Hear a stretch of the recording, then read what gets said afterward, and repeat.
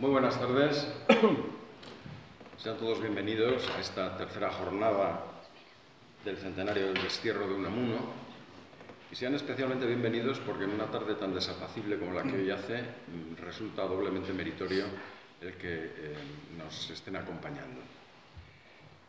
Como decía, es la tercera jornada en la que, según el programa, tenemos una mesa redonda con un tema general que es Hendaya, tierra fronteriza, y con tres intervenciones que tendrán que ver con tres aspectos diferentes de este destierro de Unamuno: el epistolario familiar, el epistolario político y el regreso a Salamanca. Y me corresponde a mí presentar y moderar, en su caso, y si se dejan, a los componentes de esta mesa redonda. Tengo a mi derecha a Daniel Álvarez Rodríguez, que aunque tenemos los mismos apellidos, no somos hermanos, ni tenemos ningún tipo de parentesco que yo sepa. Daniel procede del mundo tecnológico, de las ingenierías de la comunicación, ha dedicado muchos años también al ámbito editorial, y su pasión por Unamuno la compatibilizó siempre por pura devoción y pura vocación con sus distintas actividades empresariales, y además es miembro de la Junta Directiva de la Asociación de Amigos de Unamuno en Salamanca. A continuación tenemos a Paz Lleras Puga, que es diplomada en Empresas y Actividades Turísticas por la Universidad de Salamanca, también es guía oficial de turismo y siempre ha tenido, y algunas veces lo hemos podido comprobar, inquietudes teatrales y, por supuesto, unamunianas también. Y tenemos al extremo a Luis Gutiérrez Barrio, que, como saben, es el secretario de la Junta Directiva de la Asociación de Amigos de Unamuno. Es la persona que coordina, como saben ustedes, porque muchos de los que aquí están, y muchas de las caras que aquí veo han participado en esas tertulias que tienen lugar en la Casa de las Conchas los últimos miércoles de cada mes, y él es el coordinador y además es también el presidente del Ateneo. Bueno, con todas estas participaciones vamos a dar buena cuenta de esta mesa redonda de Hendaya, tierra fronteriza, que además nos indica que para ser unamuniano no hace falta estar en la Torre de Marfil de los altos estudios académicos, sino que todos nos podemos sentir unamunianos, como en este caso, todos de pura cepa. Así que, sin más preámbulos, le voy a dar la palabra a Daniel Álvarez Rodríguez, que nos hablará de el epistolario familiar, pero dentro de ese marco que decíamos antes general de Hendaya, tierra fronteriza. Adelante, le paso el micrófono. Bien, muchas gracias, Ramón. Muchas gracias a todos por acompañarnos. Acércate. Vale, muchas gracias. Bueno, yo voy a hablar de las cartas que Miguel de Unamuno escribió a su familia. Miguel de Unamuno padecía de epistolomanía, escribía mucho. Voy a hablar de las cartas que escribió a su familia y voy a partirlo en dos partes. Por una parte voy a hablar en una primera sesión de las cartas familiares, las cartas íntimas, y después voy a hablar de los temas económicos que le preocupaban mucho. Lógicamente, suspendido de empleo y sueldo con 8 hijos, pues tenía su cuestión el mantener la familia. Sabemos que estuvo durante 6 años en destierro y, como suele ocurrir o ocurrió en otras familias por diversas causas, pues la mujer, doña Concha, tuvo que hacerse cargo enseguida de no solo de mantener la familia, sino de atender todos los requerimientos que don Miguel hacía. Era confidente, administradora, contable y agente literaria durante determinado tiempo. Bueno, pasamos a las cartas y enseguida que salió de España, pues cruzó un par de telegramas con Concha y los hijos, y el día 6 de marzo, que ya estaba en Las Palmas, pues ya empieza a escribir. Yo he hecho unas breves sinopsis. Las cartas realmente son cartas de Unamuno, un par de hojas bien cumplidas, pero yo me limito a sacar unas pequeñas notas. Querida Concha, aquí estamos libres, atendidísimos y obsequiadísimos. Empieza ya a manifestar en la primera carta su idea. Yo no pienso facilitarles la salida de este conflicto en que se han metido, se refiere al directorio. Lo fundamental es que ni pienso oír ni pedir gracia. Llegado a Fuerteventura, pues lo primero que trata es de calmar a la familia. Está bien, son las 7 de la mañana, desde mi ventana veo el mar y veo las siluetas de unos cabellos, es decir, que ya la cosa va bien. La isla es muy pobre, son unas urdes marítimas, pero la gente es excelente y hospitalaria. Un poco más adelante, sigue escribiendo, la distracción que tenemos aquí es ir al muelle a ver, entrar y salir los vapores. Lo que no quiero es que nadie se pida nada por gracia. Desautorizo todo lo que signifique pedir perdón y que me obligue a callarme. Es decir, que él tenía claro que él iba a seguir dando guerra durante todo su tiempo. Y aquí ya empieza a pedirle a Concha cosas. Aquí le habla de los libros, de a quién se los tiene que enviar, dónde están las cosas, etc. Más adelante indica, es menester que todos sepan que mientras siga desmandando en España Martínez Anido y los que le secundan, entre ellos el Ganso Real y el propio rey, yo no volveré a casa. Es decir, si salgo de aquí será para ir al extranjero, Portugal, Francia, Inglaterra, Argentina, donde sea. Pero para volver tienen que expulsar a esta gente del país. Bueno, pasado el tiempo, decide irse. Para entonces él ya sabía que le habían promulgado aquella amnistía, que en realidad no la entendió nunca como amnistía. Entonces ya, pues, de alguna forma les dejaron salir libres. O sea, se fue de Fuerteventura, se fue a Las Palmas, donde les esperaba Fernando y María, y allí esperaron unos días a encontrar un barco que les trasladase a París, a Francia, que es donde se quería ir, y escribe, salimos de Las Palmas después de unos días y pasaremos por Lisboa, Oporto, Vigo y iremos a Cherburgo, desde donde saldremos para París. Y le remarco ahí, el viaje nos lo pagan incluso a Fernando y a María los franceses. Y se ofrece, si mi estancia fructifica en París, pues sería bueno que Salomé viniese a acompañarme y aprendiese francés de viva voz, decía él.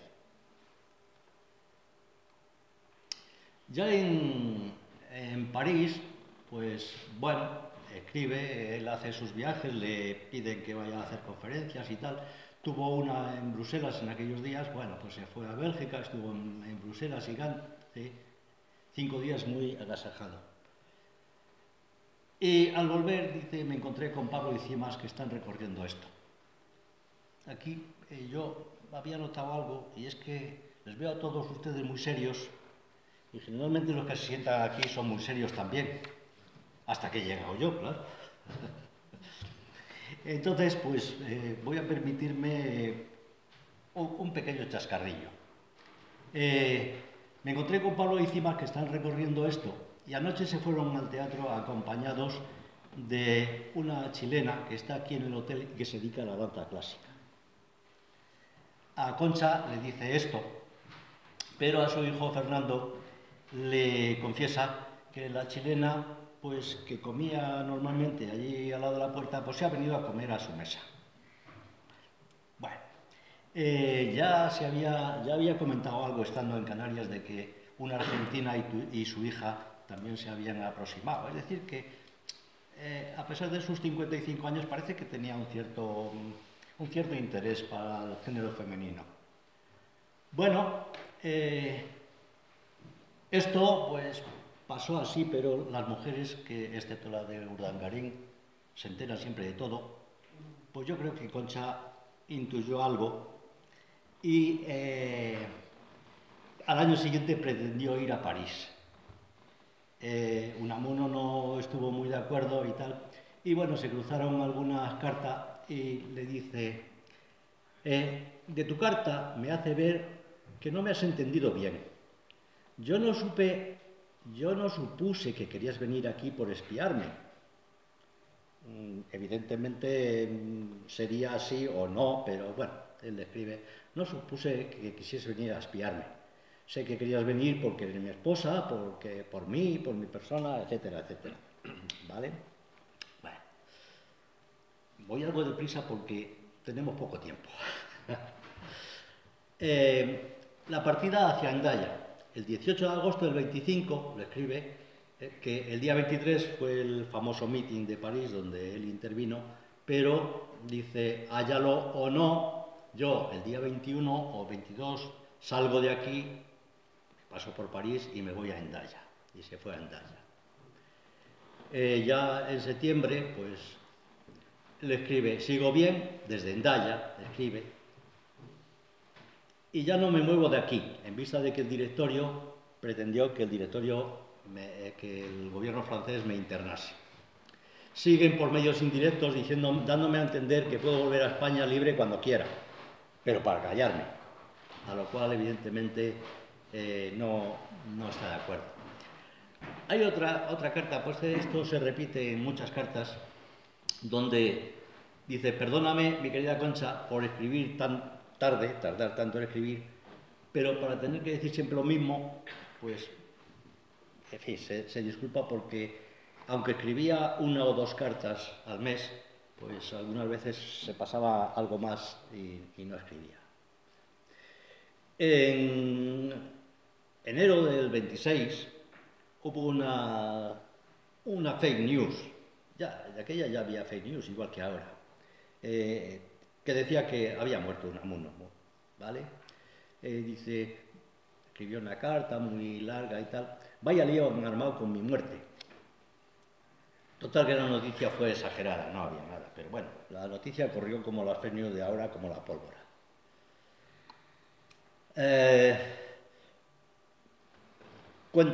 Le cuenta después a Concha también una anécdota, un amigo suyo, juez de Lesaca, que fue detenido porque le confundieron con él.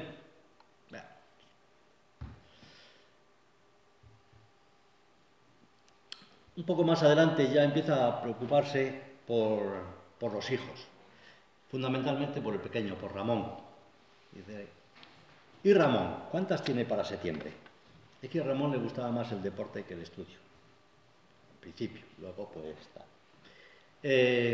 Sigue escribiendo, el 22 de febrero, lógicamente, recuerda que hace 3 años que está afuera, y dice, dile a Salomé que le escribiré con más calma, y también a Ramón, también le va a escribir a Ramón, y que reflexione. Cuando sus otros hermanos se esfuerzan por hacerse hombres, y sobre todo el buenísimo Pablo, que está principalmente sosteniendo a todos. Es decir, que les aconseja que se dediquen a lo suyo y el deporte, que lo deje un poco de lado. Bueno, en marzo del 27, su hija le escribe que tiene una relación con José María Quiroga. Lógicamente a él eso le colma de felicidad, porque una de sus preocupaciones siempre fue su hija Salomé, y le escribe, entre otras cosas, no puedes figurarte, mi querida hija, el efecto que me ha hecho lo que me dices en tu carta, que Dios os bendiga. Y escribe también a José María Quiroga agradeciéndole todas las cosas que hacía y fundamentalmente el que vaya a ser marido de su esposa. Fernando, que ya entonces llevaba unos cuantos años viviendo en Palencia y estaba casado y tal, la esposa, María, tiene un aborto que le produce graves complicaciones. Entonces escribe y tal, cuánto siento lo de María. Pobre María, tenedme bien al corriente de lo que haya. Y parece que ya en junio parecía que la cosa iba mejor. Vaya, parece fuera de peligro inminente, gracias a Dios. Pero no paró ahí la cosa, claro. Enseguida fallece María, y entonces escribe, pues, tanto a Salomé como al propio Fernando unas cartas muy sentidas, lógicamente. A Fernando le escribe: ya he perdido una hija, y qué buena era, así, sencillamente buena, que es todo lo que hay que ser. Dios no ha querido otra cosa, hágase su voluntad.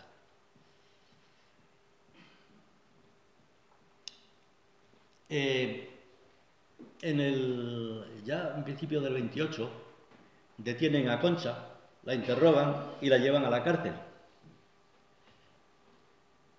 Entonces le escribe a Concha diciéndole: muy bien hecho, no te has rendido, la cárcel es un lugar honrosísimo y la noticia de tu encarcelamiento ha sido noticia en todos los países. Bueno, Salomé y José María Quiroga se casan e intentan hacerlo en París, en Hendaya, en Francia.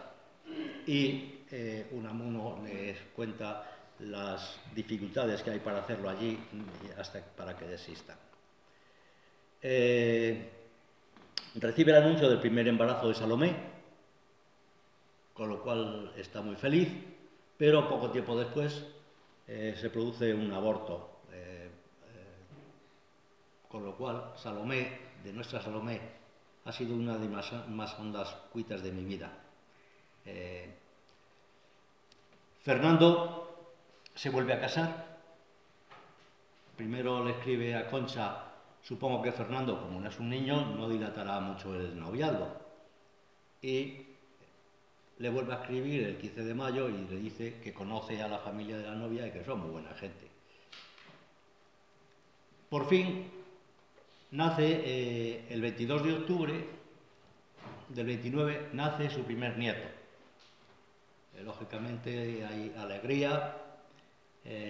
Ya hemos salido de cuidado, aunque entremos en el de hacer vivir. Explica que la tensión que ha sentido durante todo este tiempo y que, bueno, que Salomé ha salvado al niño y el niño nos ha salvado a todos. Escribe a Concha pidiendo que en cuanto le podáis hacéis una foto a Miguelín, y remarca eso de que hemos oído tantas veces. Miguelín, Miguelito no, Miguelito es como llaman al otro. Bueno, explica, como todos los abuelos, lo bonito que está en la foto, ¿eh? Y ya el 24 de diciembre, Nochebuena, la pasaré en casa de un amigo, será la última del destierro.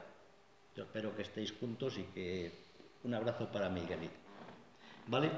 Hasta aquí, y voy ya las cartas familiares, íntimas. Pero yo no quería dejar pasar el tema de la economía, que le preocupaba mucho. Con sus 8 hijos, de los cuales 5 seguían en casa, pues le preocupaba. Cuando llega, le escribe, porque le decían dinero, y dinero no me hace falta, dinero me sobra, porque él iba cobrando de las publicaciones. No obstante, le escribía a Concha: mándame nota de las últimas rentas desde que salí y de todas las demás cuentas. Y le insiste a Salomé, a mamá, que no deje de llevar las cuentas de todo. Otra vez le pide que le mande las cuentas, pero especificándome todo, con fecha y al céntimo. No dejes de enviarme las últimas cuentas con los ingresos bien especificados. Ya en septiembre le escribe: mi cuadernillo de notas está en blanco desde mediados de marzo. Las que me mandaste son confusas.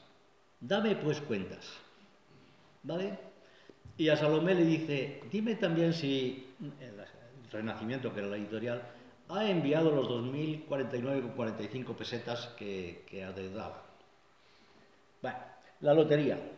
En Navidad, el sorteo de Navidad del 24, le toca la lotería. Unamuno es reacio a creérselo. Me han traído a tal estado de suspicacia que casi se me antoja una maquinación o un embuste. Es decir, como si le hubiesen dado la lotería, pero no porque le hubiese tocado. Y luego le escribe a Fernando: querrás creer que todavía no acabo de creérmelo. Sigue insistiendo durante todo el tiempo que está allí en el tema de las cuentas, y como le escribe Concha y le escribe Salomé, pues hay un momento que me pones 1.545 pesetas cuando Salomé me escribió 2.545. Algo no cuadra. Y pregunta en otra, ¿y los 500 dólares, que lo escribe siempre así, siempre escribe dólares, de Nueva York? ¿Qué pasa con ellos? Ya en los siguientes años, el franco se empieza a devaluar con respecto a la peseta, y bueno, pues les escribe: ya vale las 100 pesetas valen 315, después valen 320, después valen 440, 520, 555, y llegó a 2.640. Hasta que, claro, ya en los años siguientes se dio la vuelta a la tortilla, y finalmente escribe una carta donde dice que interesa tener francos porque la peseta se está devaluando, o el franco entonces interesa tener francos porque está ganando dinero. Y en fin, y no quiero, porque ya me he pasado mucho de tiempo, no quiero robaros más. Está bien, Muchas gracias. Muchas gracias. No, ha estado muy bien, porque además ayer se hizo una pregunta que yo recuerde muy centrada en la economía de Unamuno, en de qué vivía, cómo se las apañaba cuando no recibía o no percibía el salario que le hubiera correspondido de seguir en el funcionariado. Así que esto aclara muchas cosas. Le pasamos la palabra a nuestra compañera Paz Lleras para que nos hable de otro aspecto que también tiene que ver con Hendaya, Guerra de la Fronteriza. Muchas gracias y buenas tardes a todos. Voy a continuar hablando del epistolario político del destierro de Unamuno. Bueno, cuando Unamuno sale hacia el destierro en Fuerteventura, tiene 59 años. Así comienza este periodo, que dura desde febrero de 1924 hasta el 9 de febrero de 1930.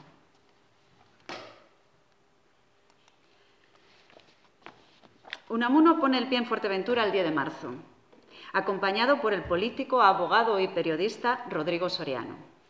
Desde el principio, como bien dijo mi compañero Dani, es contrario al indulto. Desautoriza todo lo que sea pedir perdón y que le obliguen a callarse. Unamuno en sus cartas expresa también sus miedos a que le sea aplicada la ley de fugas. En julio sale de Fuerteventura y llega a Las Palmas de Gran Canaria junto a Rodrigo Soriano. Al llegar a Las Palmas le confirman que el rumor de la amnistía es cierto. Pero según Unamuno, esa amnistía significa para ellos la invitación al último castigo, el de la ley de fugas. Así pues, y por las noticias que tenemos de España, ir allí es imposible, peligrosísimo y contraproducente. A París vamos. El periódico francés Le Quotidien relata esta odisea de la salida de Fuerteventura, y también otros periódicos franceses de prestigio se hacen eco de la noticia. Las relaciones de Unamuno con Rodrigo Soriano no son buenas, y cuando llegan a París, cada uno seguirá un camino distinto.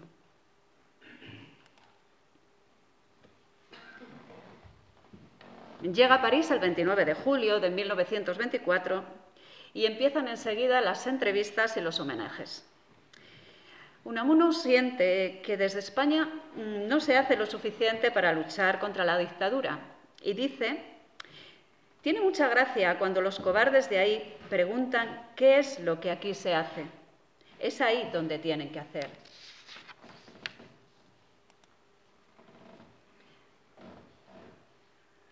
En octubre, desde París, escribe al general Vallespinosa, que es miembro del directorio militar, en respuesta a lo que dijo el general de que el poder tiene profunda tristeza cuando es combatido con armas bajas, con insidias o insultos, refiriéndose a los ataques de Unamuno al directorio.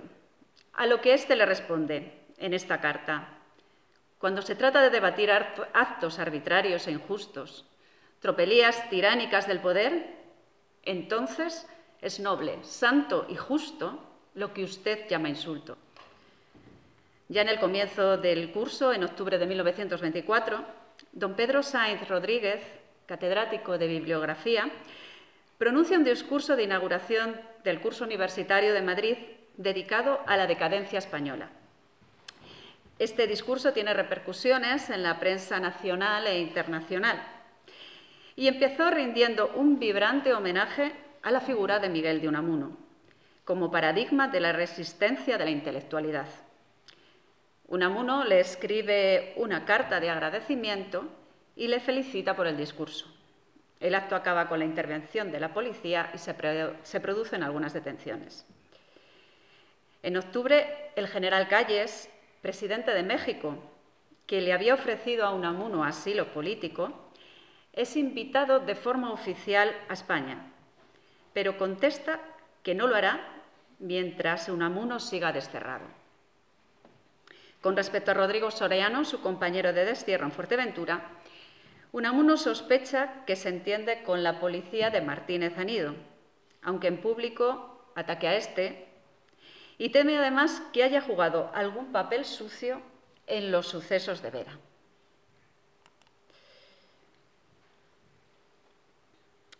Unamuno sigue obsesionado por lo que acaba de pasar en Vera de Bidasoa, en los primeros días de noviembre. Unos 40 individuos sospechosos por la Guardia Civil de pasar clandestinamente armas por la frontera son apresados y se produce un tiroteo que causa la muerte de 4 contrabandistas y 2 guardias civiles. Los detenidos también llevan panfletos de propaganda contra la dictadura, firmados por Unamuno, Blasco Ibáñez y Eduardo Ortega. En principio quedan absueltos por el Consejo de Guerra, que se reúne en Pamplona el 14 de noviembre. Sin embargo, tras la revisión del juicio, 3 de ellos son condenados a muerte y ajusticiados a garrote vil. Los ataques mordaces contra el directorio y sus generales son la prolongación del incesante combate antimilitarista de Unamuno, quien critica una concepción anticuada de la bandera y del honor nacional. Dice que el problema internacional de Marruecos solo podrá resolverlo pronto, digna y sensatamente una república civil, sin rey y sin intervención militar.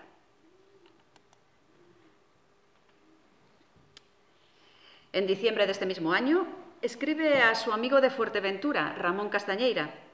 Le cuentan que hacen un semanario llamado España con Honra. Este es un semanario clandestino impreso en París. Los colaboradores, entre otros, son Unamuno, Eduardo Ortega y Blasco Ibáñez. En enero de 1925, escribe una carta al Ministerio de Instrucción Pública con respecto a sus cátedras, pidiendo que se le reintegren las 2 que regentaba en la Universidad de Salamanca.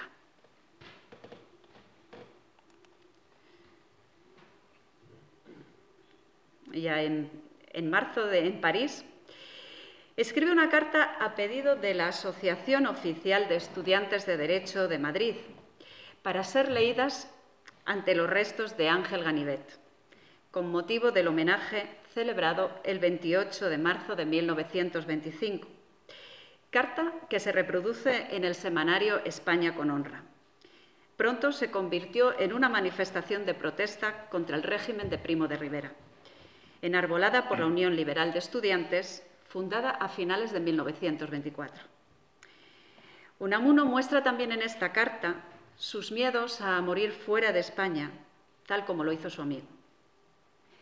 En abril, en una carta abierta a los estudiantes, que se publica también en este periódico de España con Honra, en ella les habla de la libertad y de la libertad de la verdad, que es la justicia.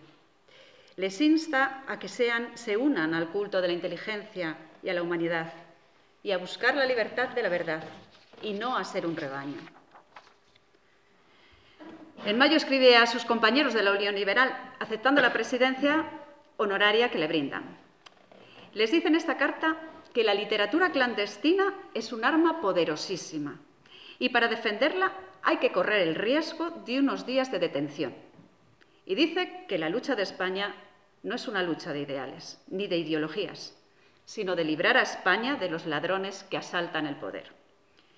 Dice que hay que hablar y escribir, pese a las prohibiciones, y afrontar la cárcel y el destierro. Hay que hacer opinión, pero no de ideologías. En junio, desde París, le comenta a su amigo Wenceslao Roces que España con honra cada vez lleva una vida más lánguida. Hay problemas con el pago de los suscriptores y no hay ayuda para que entre por un camino seguro.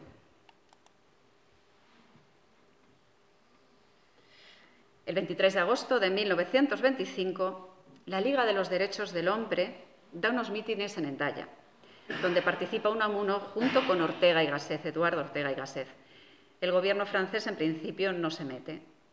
En septiembre, escribe a su amigo Juan Casú: le escribo desde Hendaya, en mi nativo País Vasco, a la vista de Fuenterrabía. Vine a dar una conferencia y aquí me quedo. Desde que llega a Hendaya, Unamuno recibe presiones del prefecto de los Bajos Pirineos para que abandone Hendaya. En sus cartas dirigidas al ministro del Interior, Unamuno afirma que el ministro ha sido engañado, con informes inexactos sobre sus intenciones de su permanencia allí. Escribe también al presidente del Consejo de Ministros. Los esfuerzos del directorio a través de las autoridades francesas para alejar a Unamuno de la frontera con España seguirán. A finales de diciembre, un capitán de carabineros de Vera de Bidasoa, que es muy amigo de Unamuno, le contó que el comisario de policía Luis Fernol le confesó, al ser descubierto por este, que prepararon un atentado para echarle la culpa a Unamuno y pedir al gobierno francés su internamiento. Y le dice su amigo que tienen todas las pruebas del complot. En enero de 1926 escribe a su amigo Pedro Sainz, hablándole sobre el proceso de sus cátedras y también contándole el incidente del juez municipal de Lesaca, que tenía un parecido físico bastante grande con Unamuno y que es detenido por la Guardia Civil cuando pasaba la frontera por San Juan de Luz. Y sin hacer caso de las protestas de este, le ataron las muñecas, le insultaron y le llevaron a Vera de Bidasoa. Al entrar decían: aquí traemos a ese escritor desterrado. Pero la gente se dio cuenta que era el juez de Lesaca, se le soltó y dice Unamuno: ahora quieren que el juez calle. Unamuno dice que lo hará público aquí y en América. Y acaba diciéndole a su amigo que si llega a ser él, aunque él no es tan imbécil como para pasar la frontera, le aplican la ley de fugas. Unamuno es invitado a la Universidad de Wisconsin, pero se niega a abandonar Hendaya. Dice que viajará a Argentina si el rey, tal como dice, decide viajar a Argentina. Viajará en el mismo momento que viaja el rey para difundir y proclamar la verdad. Sobre los asesinatos de Vera, le dice que hay quien cree que se cometieron con el consentimiento del rey y hasta con su instigación. Le confiesa que hoy sabe que fue el autor del golpe de Estado y que es el rey el que disgrega a España. A finales de marzo, escribe a su amigo y traductor Juan Casú. Le muestra sus temores de no vivir lo suficiente como para ver restablecida la justicia en España y su pérdida de esperanza de que se arregle en paz el pleito de Cataluña, ya que, dice Unamuno, no se puede imponer la liturgia patriótica a palos. Unamuno tiene pensado también viajar a Bruselas a dar unas conferencias como presidente de la Liga de los Derechos del Hombre y hablar de todos los asesinatos cometidos por la Guardia Civil y la policía de Vera de Bidasoa. Finalmente, Unamuno no viajará a Bruselas y sus razones dice que se siente cansado de hacer él desde allí esfuerzos mientras en España permanecen dormidos. Termina diciendo: ¿a qué pues ir a Bruselas si no han de ayudarnos? En junio, en otra carta a su amigo Juan Casú, le confiesa: estoy pasando unos días de terrible mutismo interior. No es que no oigo a Dios, es que no me oigo a mí mismo. La impaciencia me consume. Me siento sin porvenir.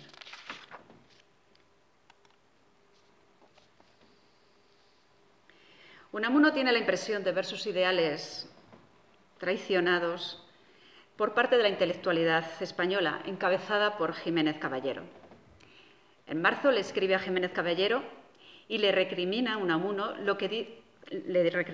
a Jiménez Caballero lo que dice en un artículo de la Gaceta Literaria, en la que afirma que el liberalismo ha desaparecido. Y no hay más que esto. De un lado, los salvadores de los principios de la civilización, es decir, los fascistas, y del otro, los bolcheviques. Unamuno, además, le acaba diciendo que no sabe lo que le pasa a muchos de ellos, que no han querido ver todo lo demoníaco de la horda que asaltó el poder el 13 de septiembre de 1923. En abril le escribe también a su amigo Alberto Gerchunov, dándole las gracias por sus 2 artículos en los periódicos argentinos Hispania y La Nación. Le da las gracias también por defender lo que Unamuno dice los mentecatos llaman sus contradicciones. Dice que gracias a ellas y a su dialéctica soy uno y entero, y siempre el mismo. En cambio, el que se pasa la vida repitiendo siempre lo mismo y del mismo modo, ni es uno, ni es entero, ni es el mismo. En mayo de 1927 vuelve a recibir una carta del prefecto de Pau en el que le ruega que vaya a verle para hacerle una comunicación de parte del Ministerio del Interior. Pero Unamuno teme que si va no le dejen volver a Hendaya y le contesta que le comunique por escrito lo que tenga que decirle.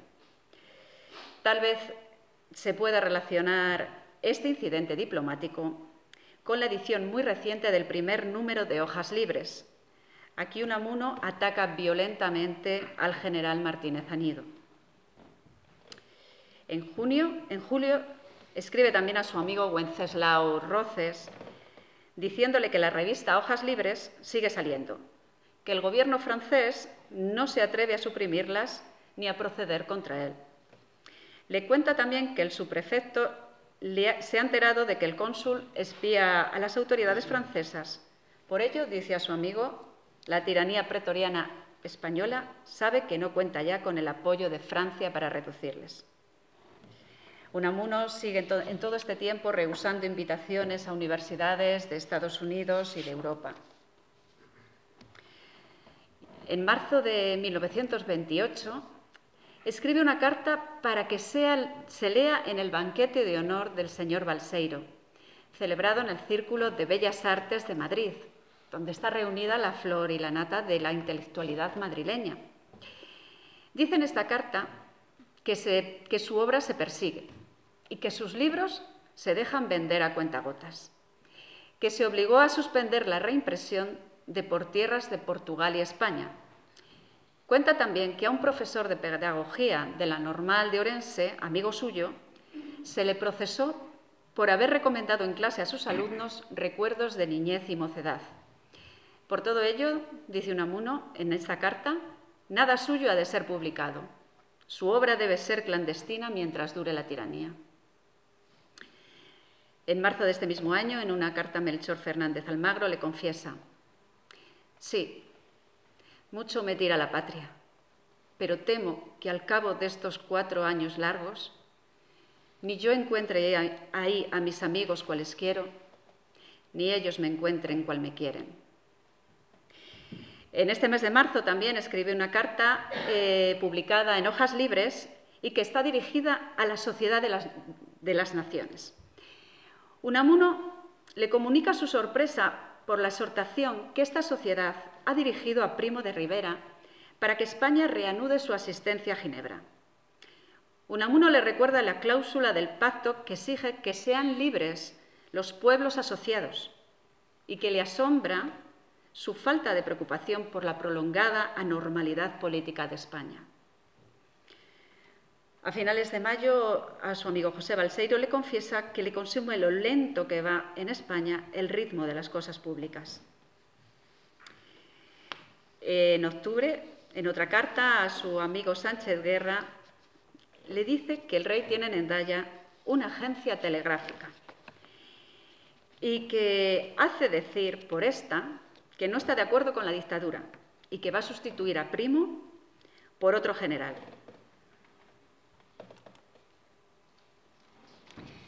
Bueno, estamos ya en marzo de 1929, cuando Unamuno escribe una carta al Congreso antifascista de Berlín.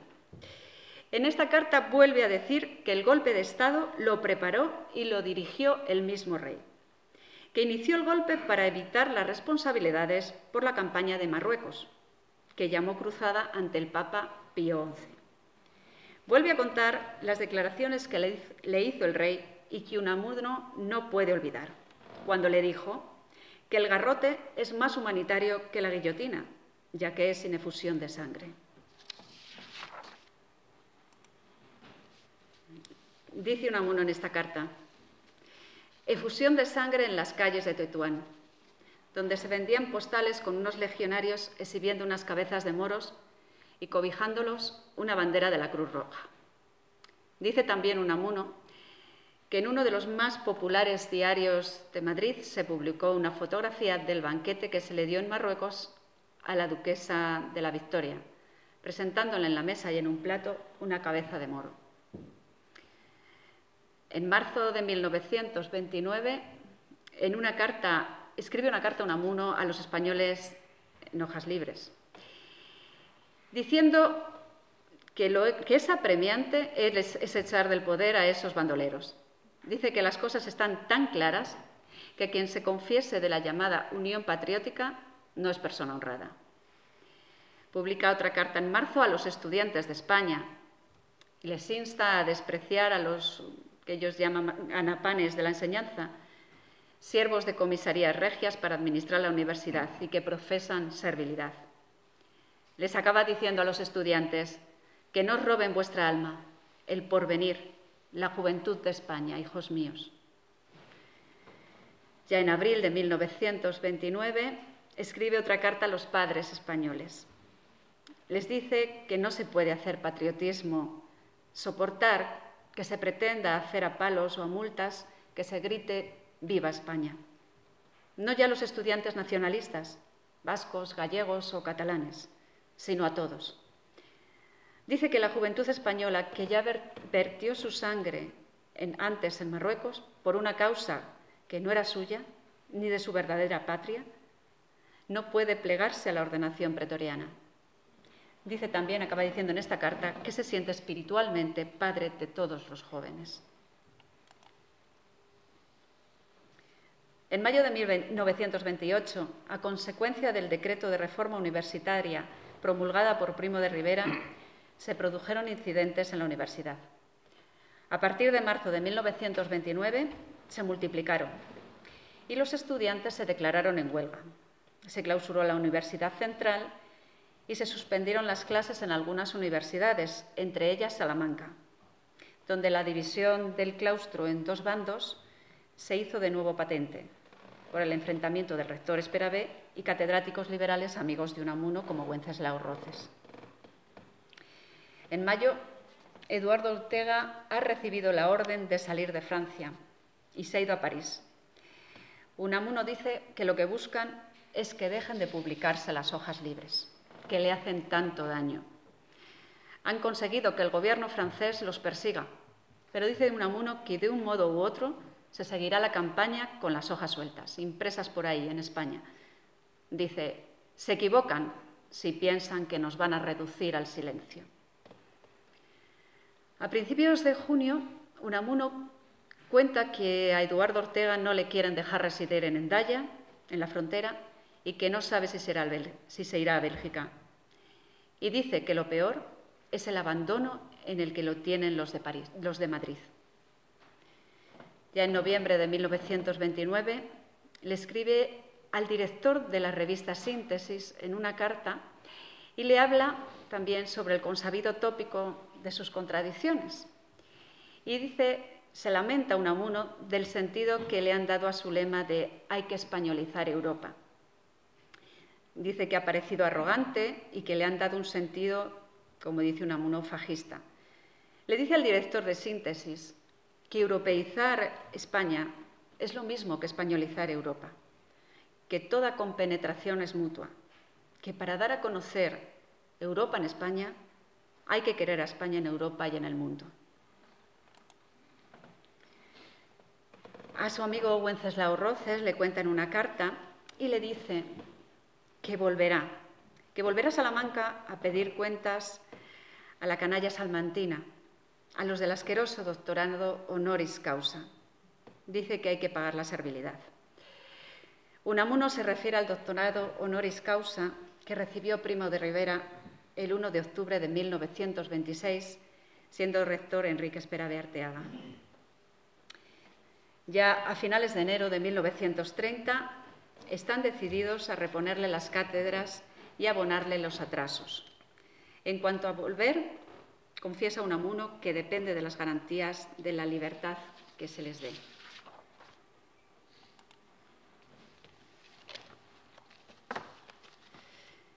Y por fin ya, el 9 de febrero de 1930, rodeado de periodistas y curiosos, cruza por fin el puente internacional sobre el Bidasoa. El 11 de febrero, en la portada de La Voz de Guipúzcoa, escribe Unamuno: «Después de 6 años de ausencia, con mi vieja mocedad liberal reverdecida, espero asistir pronto el parto de la civilidad española y al entronizamiento de la justicia, que es la libertad de la verdad». Muchas gracias. Muy bien. Luis, te toca a ti y sí. Me gustaría recordar que deberíamos acabar a las 9, por lo tanto tendrás que administrar el tiempo 12 minutos. Bueno, pues entonces no perdamos mucho tiempo y vamos a terminar las intervenciones de esta mesa como terminó el destierro de Unamuno, con su regreso a Salamanca. Al igual que mis compañeros de mesa, la verdad es que va a ser muy difícil, por no decir imposible, meter en 15 minutos, 20 minutos, todo aquello que queremos decir. Por eso voy a hacer de una forma casi telegráfica lo que quiero decir. En España, tras una complicada etapa a lo largo de todos los años 20, por fin llegó la conjuración definitiva en el otoño de 1929 de la mano del general Godet, quien, como otros altos mandos, no tuvo reparos en actuar contra Primo de Rivera cuando consideró que ya el régimen se estaba agotando. Primo de Rivera es consciente de que está solo, pues ni el ejército ni el propio Alfonso XIII le apoyan, por lo que dimite el 28 de enero de 1930. Alfonso XIII nombró al general Dámaso Berenguer presidente del gobierno, entrando en una etapa que fue denominada dicta blanda y que tuvo una corta duración. Aunque este cambio no era lo que apetecía a Unamuno, la verdad es que sí reunía ciertas características para pensar en la posibilidad de regresar a España. Unamuno dirá desde el balcón de su casa de Bordadores, que luego escucharemos también, que ha querido volver aprovechando este margen de libertad, no toda la que precisamos y pedimos, porque la que falta ya la conquistaremos. Sigamos los pasos desde que Unamuno sale de Hendaya hasta su llegada y recibimiento en Salamanca. Desde las primeras horas del domingo 9 de febrero de 1930, comenzaron a llegar a Hendaya representantes de los partidos republicanos y socialistas de Irún, Bilbao, San Sebastián, Vitoria y otras poblaciones para acompañar a don Miguel en su entrada a España. Después de celebrar la última comida del destierro, en lo que a los postres el alcalde de Hendaya, Lapurqué, pronunció unas afectuosas palabras de despedida que fueron contestadas en francés por Unamuno, salieron del Hotel Broca. Este es el moderno Hotel Broca y hay una placa que acredita que Unamuno estuvo ahí. En ese café se reunió un gran número de españoles que querían acompañar a Unamuno. Al llegar al centro del puente internacional, el alcalde de Hendaya se despidió a Unamuno con un fuerte abrazo y un «Viva la libertad». Del lado español del puente internacional, a pesar de la lluvia, esperaban Unamuno unas 5.000 personas. Algunos periódicos hablan de hasta 10.000. El alcalde de Irún, acompañado por la banda municipal, salió a recibirle interpretando la marsellesa. Al llegar la manifestación al edificio de telégrafos, Unamuno expidió varios telegramas, siendo el primero, como ya había prometido en alguna ocasión a sus amigos de Fuerteventura, a quienes nunca olvidó a lo largo de todos los años del destierro. A las 8 de la noche, en el Hotel Palace del Paseo de Colón, se celebró una cena a la que asistieron más de 100 comensales. En la mesa presidencial, entre otros, se encontraban, además de Unamuno, Jiménez Asúa, Irureta Goyena, Indalecio Prieto, San Emeterio, Roces y de Benito. Terminado el banquete, se trasladaron al trinquete Ramuncho, al frontón. A las 9:30 de la noche, en un abarrotado frontón o trinquete Ramoncho, Unamuno pronunció una conferencia en la que hizo un repaso de sus años de destierro. Entre otras muchas cosas, dijo que uno de los motivos por los que se quedó en Hendaya era porque los dictadores no querían que se quedara, mejor dicho, los tiranuelos. Recordó que a partir de ese momento Ortega y él empezaron a publicar hojas libres. A continuación, y a petición popular, intervino, que no tenía intención de hacerlo, Indalecio Prieto, y quien también recibió grandes aplausos. En el Centro Republicano de Irún y en el Hotel Broca de Hendaya se recibieron en esos días centenares de mensajes de felicitación y adhesión, entre los que podríamos destacar una carta de Marañón, en la que critica con dureza los actos de la dictadura y de forma especial el destierro de Unamuno. Entre otras cosas, en esa carta, muy brevemente, dice que el más grave de estos pecados fue sin duda la persecución a Unamuno. Y termina diciendo: la salida de la dictadura representa solo la barredura de unos indeseables, mas la casa ha quedado muda y vacía. La vuelta de Unamuno la poblará de nuevo y fecundas inquietudes. Al día siguiente, lunes 10 de febrero, salió Unamuno de Irún en automóvil hasta San Sebastián, donde mediada la tarde tomó el tren de la costa marchando a Bilbao y fue acompañado en todo momento de todo el viaje por su hijo Fernando.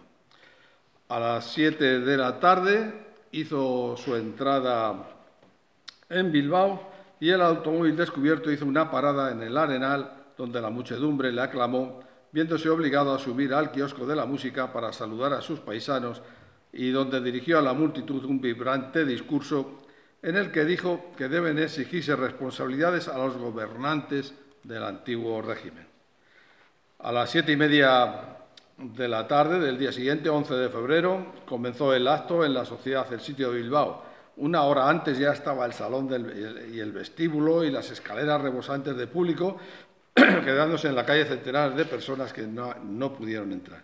Después de este acto, se dirigió al Casino Republicano. Vamos dando saltos rápidamente, a ver si podemos entrar dentro de la hora, para asistir a una comida en conmemoración de la República. Recuerdo que en esos días se estaba celebrando en toda España actos conmemorativos del 11 de febrero, al cumplirse 57 años de la proclamación de la República. La verdad es que mucho movimiento había en toda España en esas fechas, señal de que algo estaba cambiando. El 11 de febrero, el general Berenguer recibió en el Ministerio del Ejército varias visitas, entre las que podríamos destacar las de los doctores Marañón y Pitaluga y los abogados y escritores Luis de Tapia y Antonio Dubois, miembros de la Junta del Ateneo de Madrid destituida por la dictadura. Solicitaron el restablecimiento de la normalidad en dicho centro y que fuera reintegrada a sus puestos la directiva que había sido elegida por los socios.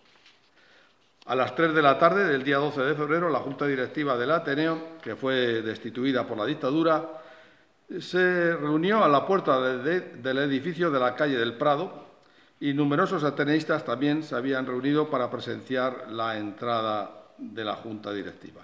Por la noche, en una reunión para tomar posesión de sus cargos. Entre otras cuestiones, en aquella reunión acordó pedir responsabilidades y mandar un telegrama a Unamuno que decía: de nuevo en nuestro hogar espiritual, nuestro primer pensamiento es para usted. A las 6:20 del día 12 de febrero, en el Rápido de Irún, llega Unamuno a Valladolid. Una hora antes de la llegada del tren, los andenes de la estación estaban completamente llenos de público. Obreros, estudiantes, trabajadores de la ciudad. Valladolid entero recibió en sus calles a Unamuno.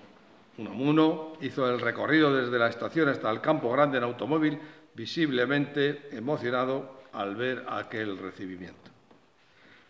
Es de destacar que, a pesar de ser una manifestación tan multitudinaria, no hubo presencia alguna de fuerzas del orden público.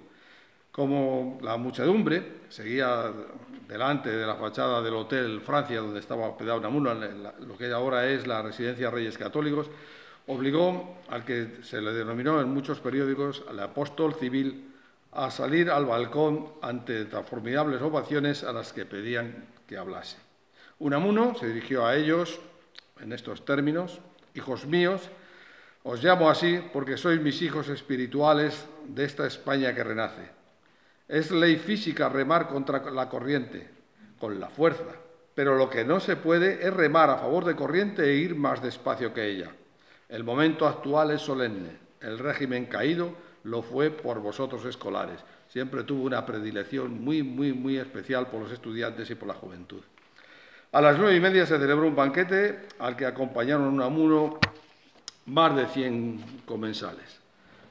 Hubo discursos hablando de la juventud. Unamuno otra vez que se les había hecho creer que era deportiva. Dijo que no es solo deportiva esta juventud, tiene otras inquietudes. Esta juventud ha acabado con un régimen. Habéis sido vosotros los que habéis hecho entrar en vereda a vuestros maestros. Ahora vendrán muchas luchas de izquierdas y de derechas, de creyentes y de incrédulos, pero esta lucha ha de hacerse en terreno libre. Y con toda la prisa que podemos, por fin llega Unamuno a Salamanca. El gobernador civil interino de la época, que era Modesto Poladura Ayuso, manifestó que, en vista de que el claustro universitario reunido el 12 de febrero bajo la presidencia de Enrique Esperavé había recomendado recibir a Unamuno con cordura y serenidad, impuso la misma observancia, autorizando que se podía acompañar a Unamuno hasta su domicilio. Eso sí, advirtiendo en un bando publicado el 12 de febrero de 1930 que en el momento que se profiera algún grito de carácter tendencioso o subversivo, se disolverá la manifestación. En la mencionada sesión del claustro, esa del día 12 de febrero, Prieto Carrasco, no sin objeciones por parte del rector, dio lectura a una serie de proposiciones entre las que se decía que no se podía hacer homenaje alguno a Unamuno mientras la universidad esté dirigida por las actuales autoridades académicas que representen el espíritu político que ordenó el destierro. El homenaje que se debe a Unamuno es la petición al Ministerio que una vez repuesto en su cátedra se le nombre rector. El claustro estaba dividido, por lo que Enrique Esperavé de Arteaga no presentó su dimisión, pero lo haría unos días después, concretamente el día 14, presenta la dimisión con carácter irrevocable. Un buen amigo de Unamuno, Cándido Rodríguez Pinilla, escribe en el adelanto del 13 de febrero de 1930 un emocionado artículo en el que pide a la sociedad toda que el recibimiento a Unamuno sea afectivo, cordial, emocionado, pero no bullanguero, nada de mítines. Ya está el maestro con nosotros. Un gran número de salmantinos fueron a esperarle a los altos de la carretera de Valladolid. Era un día típico invierno salmantino, de los de entonces, claro. El adelanto ese mismo día, del día 13 de febrero de 1930, dice que el termómetro había marcado 11 grados bajo cero.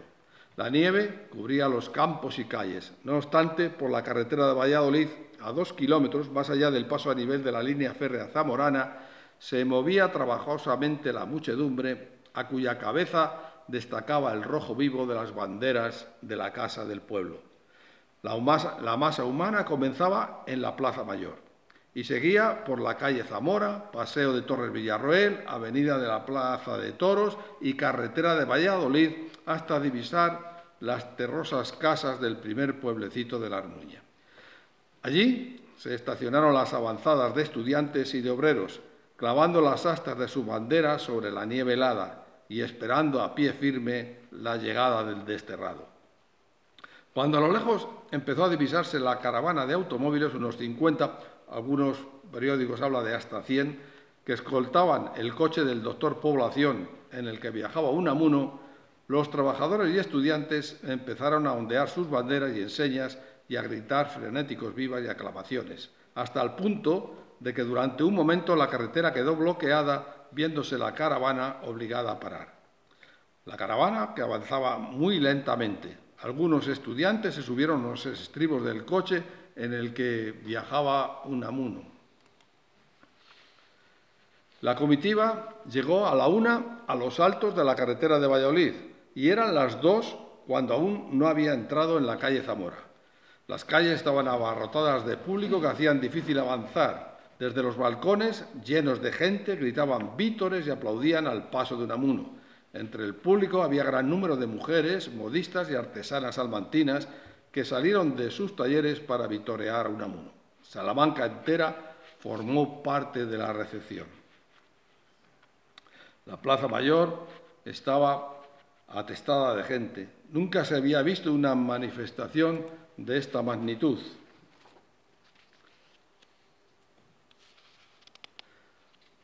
Unamuno tuvo casi que escapar de entre aquella muchedumbre para por fin llegar a su casa de la calle Bordadores, donde le esperaban Población, Carrasco, Villalobos, así como catedráticos de Valladolid y Salamanca y periodistas de Madrid. Algunos periodistas fueron a recibirle a Irún y le acompañaron a lo largo de todo el viaje hasta aquí, hasta Salamanca. Y, por supuesto, fue recibido por su familia, su esposa Concepción, y conoció por fin a su hijo Miguel, nacido durante el destierro y del que ya se ha hablado anteriormente. El público tardó un tiempo en darse cuenta de que don Miguel ya estaba en su casa, pero tan pronto se enteraron, desfilaron hasta la calle Bordadores, desde donde le siguieron aclamando. Unamuno no tuvo más remedio que asomarse al balcón y desde él dirigir unas palabras a todos los congregados. Entre otras cosas, Unamuno recordó que hacía 6 años que le arrancaron de su hogar, de su Salamanca. 6 años que he llevado confiando, hay que decirlo así, más en mí que en vosotros.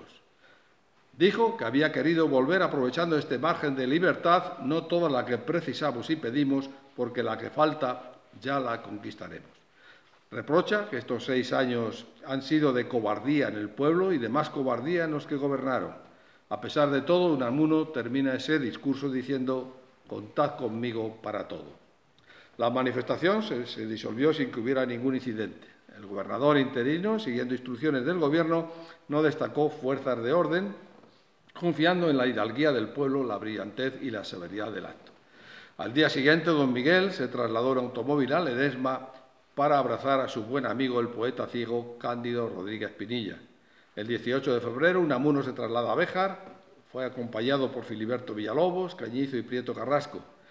Allí, gran número de bejaranos salieron a recibirle, disparando cohetes, y tras una breve estancia en el domicilio de un amigo de Unamuno, Marcelino Cajigal, se dirigieron todos por la calle Mayor al Casino Obrero, donde estuvieron muy poco tiempo. Enseguida emprendieron el viaje de regreso a Salamanca.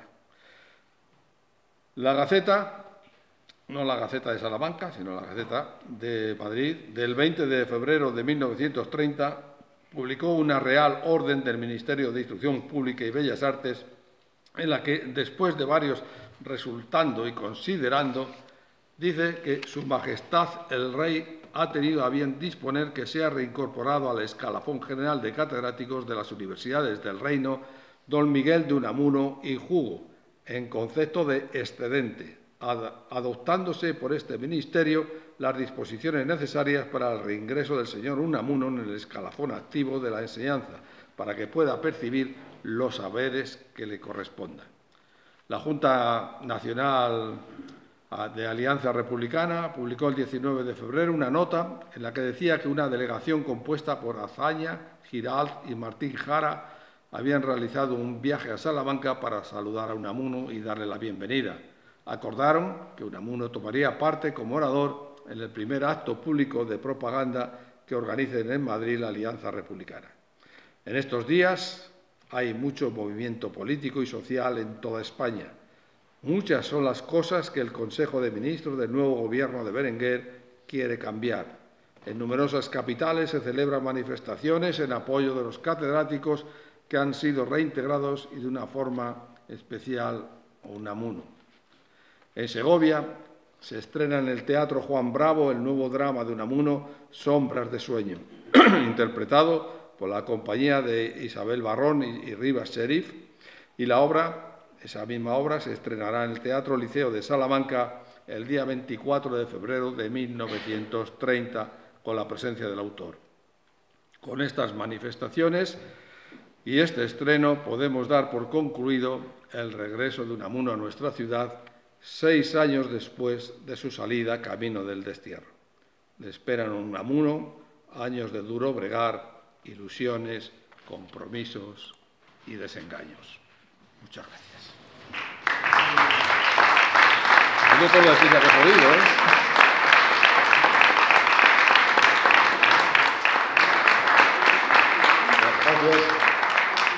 Gracias, Luis, por ese ejercicio de concisión. Muchas gracias a los tres.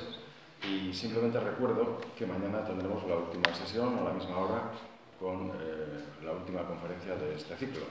Y también recuerdo que ya están oficialmente repartidas las notificaciones de la ceremonia de doctorado honoris causa del 6 de marzo de don Miguel de Unamuno, a efectos de que supongo que habrá un procedimiento para quien quiera acudir lo haga por la vía que el protocolo de la universidad establezca.